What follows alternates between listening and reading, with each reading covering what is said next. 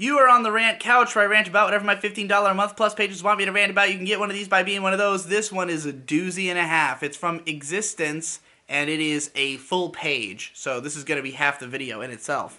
I'm going to have to take my glasses off just to read this. Rant about your thoughts on anarchism and communism. Communism being the system where capital power is taken away from the rich and given to the workers, usually by means of a party organizing the revolutionary struggle. And left anarchism is where the power is taken away from both the rich and the government and given to everyone, where people arrange themselves in social communities based on free association and social economy. Anarchism arose from a critique of Marxism because they found not only the binary antagonism between rich and poor to be reductive, as do I, but also doubted the Marxist idea of when class struggle is solved, the government will disappear and turn into a classless, stateless society. They try to retain the social kernel of the theory, but intend to free it from the authoritarian nature. A few research links about anarchism if you're interested. There's a Wikipedia link.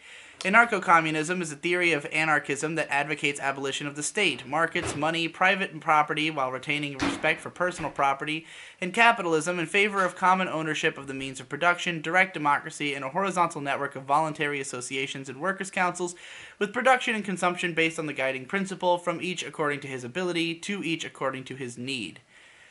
Bookchin proposes that these institutional forms must take place within differently scaled local areas. In a 2001 interview, he summarized his views this way: the overriding problem is to change the structure of society so that people gain power. The best arena to do that is the municipality, the city, town, and village, where we have an opportunity to create a face-to-face democracy.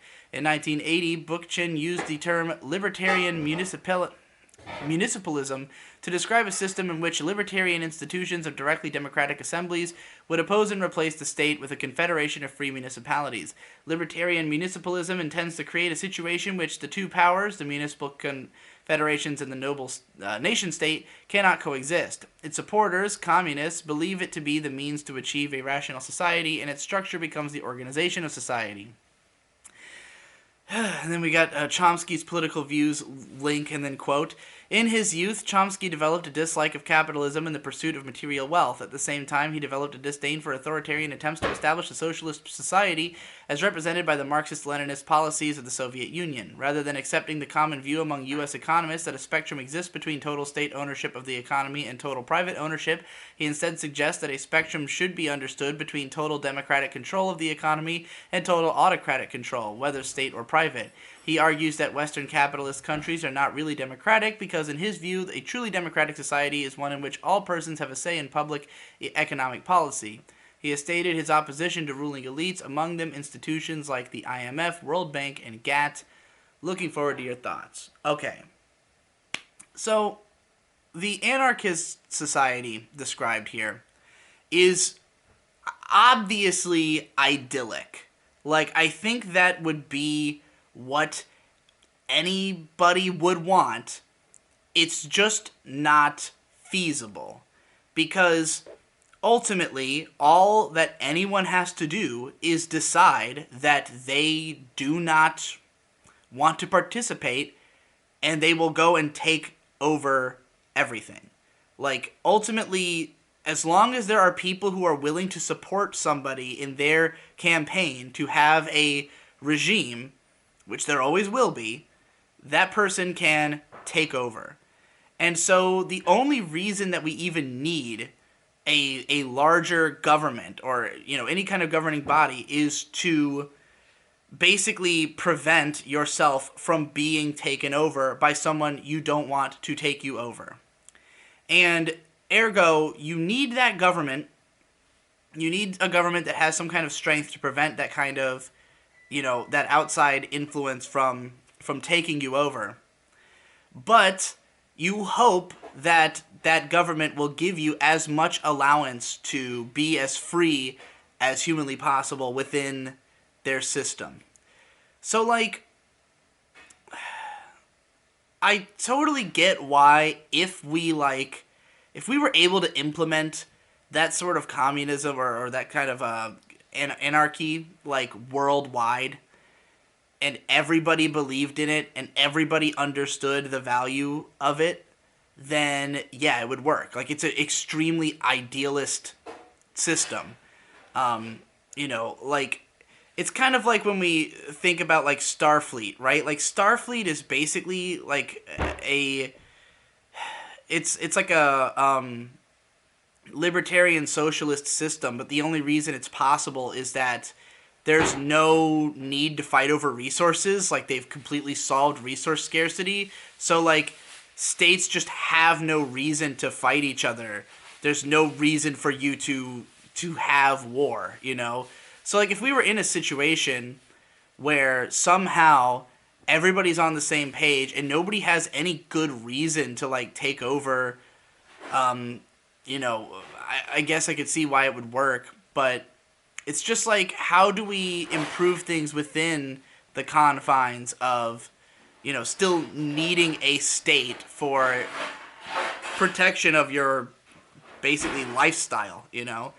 Um, it's like, it's, I would think that the only way to achieve any kind of system like this would be like, you know, everybody has to really believe in it from birth and be like very educated in the way that this would function, and be fearless in executing it when, you know, again, all it takes is somebody deciding that they don't want to play by these rules, getting enough people on board, and then, you know, taking over to reverse that.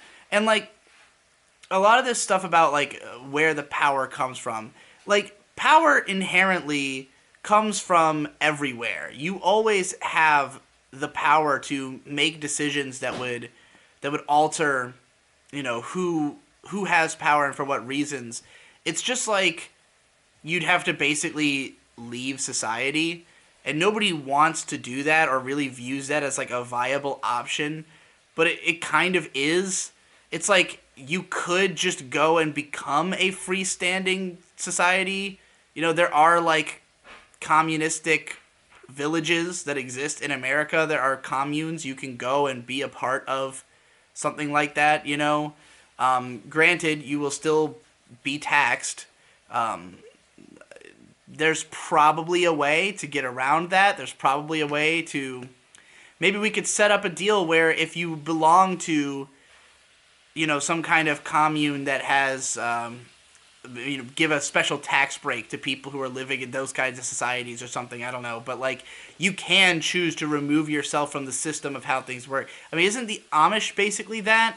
I don't know if they get like a tax cut, but they are like their own homesteaded societies that, you know, do not really contribute to the power structure of the, you know, the big economic powerhouses. Like, you know, I just see it as like we are the reason that the people in power are that like the majority of people trust them to be there and are okay with their decisions. And granted, the majority of people are not educated and do not know what would be best for them, but like that's how the choices are being made. Is that these, you know, I guess you could say that the people in power have the most opportunity to curb the education of people and convince them to come to their side. But like, if people thought that their lives were not, if like by and large everybody felt like shit was fucked for them, they would do something about it. And there are lots of people who feel that way and are doing something about it, which is why we're in a state of like unrest. But there still is, you know, enough people who are doing fine and who are like in agreement with the way that society is functioning to, you know, to some extent right now, that there's nobody trying to overthrow the system completely, you know, except for like radical groups. It's like if things were so bad, you know, that's why something like the Arab Spring happened. It's like things were that bad that people were just like, okay, we have to revolt. There needs to be a revolution because this government is not working for us, you know. And in America, it's not really like that. It's working pretty well. It's working better than a lot of other places, you know. So like, we want to reform it from the inside, but like, I don't think the average person is interested in like completely flipping the system and dissolving the government when it seems like the government is doing things well for them, you know. I've kind of gotten away from whatever I was talking about, but like, I do, like, on a baseline agree with the principles of anarcho-communism. Like, you know, it's just like a question of why would this work? Like, why would just deciding to do it change the way that things have gone historically. Change the fact that somebody could easily just decide that they are ruler and take over and make deals and convince people to help them to do that. What level of awareness do people have to be on to prevent that from happening? Seems you would need, again, like, I don't know, like a brainwashing level of education of people to get them to all participate in this society. And when it comes to communism in general, the biggest question I always have is, like, why would anybody do something that took more effort than what other people do? Like, each according to his what's the fucking that statement? Yeah, like each person, like, works to their ability, and the quote was in here somewhere. God damn it. Each according to his shit will eat his ass. Why can't I fucking find it? The quote was in there. I read it out. Oh, from each according to his ability, to each according to his need. Like, if your ability is extremely high, what is the purpose of exerting it? Like, what are you going to get out of working harder than somebody else? Like, I've seen a lot of people saying that, like, the arts would thrive in a communistic system because you don't have to work for consumerist goals. Like, you don't have to try to make your work, like, as appealing to as many people as possible because you're not worried about the money.